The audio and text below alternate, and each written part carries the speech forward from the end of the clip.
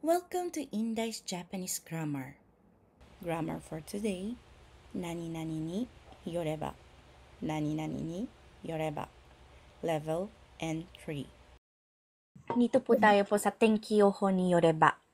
Ang ni yoreba is ayon sa plus noun po ayon sa plus noun. Ni yoreba sa Tagalog ayon sa.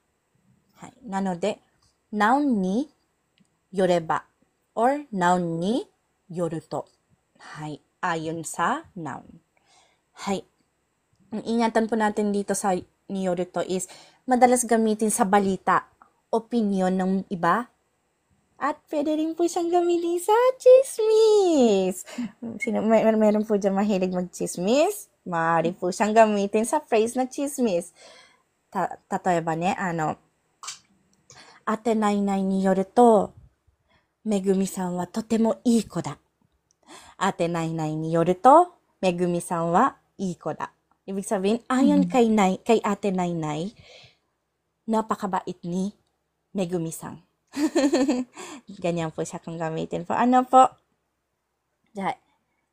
Dun po tayo po sa sample phrases po. Ano po? Hai. Tenki-yoho ni yoreba, ashita wa hareru rashii. Tenki-yoho ni yoreba, ashita wa hareru rashii. Ang clue po is ayon sa ulat ng panahon. Tenki-yoho means ulat ng panahon. Hai, dewa, Nainai-san, onegai shimasu. Ano po siya sa pagkakaintindi niyo po or kung kaya niyo po i-translate na po natin.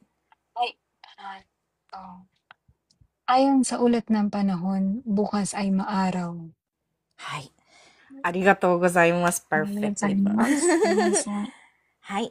Pag sa Tagalog po, ayon sa ulat ng panahon, bukas ay maaraw. Ayon sa ulat ng panahon, bukas ay maaraw. Tenki-yoho ni yoreba, ashita wa hareru rashii. Tenki-yoho ni yoreba, ashita wa hareru rashii.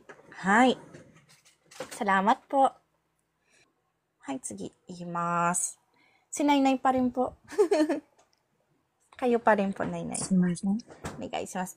さっきの地震はテレビの速報によると震度3だそうだ。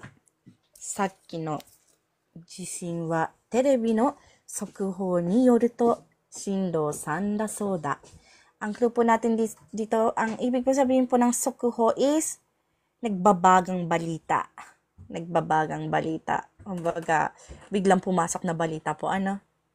Ni yorito ayon sa. Hai, ayon sa nagbabagang balita. Nainai, onegai shimasu. Hi. Ayon sa nagbabagang balita, ang paglindol ay umabot ng intensity 3. Apo. Hai, yung lindol daw po kanina. Lindol kanina, sakki. Tapos, ayon po sa nagbabagang balita sa TV po. Ano po? Hai, arigatou gozaimasu. Tama niyo po yung pagkakaintindi ni Nainai. Hai, pag naging Tagalog po siya, ayon sa nagbabagang balita sa TV, ang lindol kanina ay intensity 3. Ang lindol kanina ay intensity 3. Hai. Ito po yung magiging kulay blue sa sentence po na ito po. Ano po? Ayon sa nagbabagang balita sa TV, ang lindol kanina ay intensity 3. はい、さっきの地震はテレビの速報によると震度3だそうだ。Ito po ay cut out from our free entry lesson class. Sa taong 2025, may free entry lesson class po tayo tuwing MWF at 8 p.m. Japan time. Minsan, may extra class po tayo ng Saturday.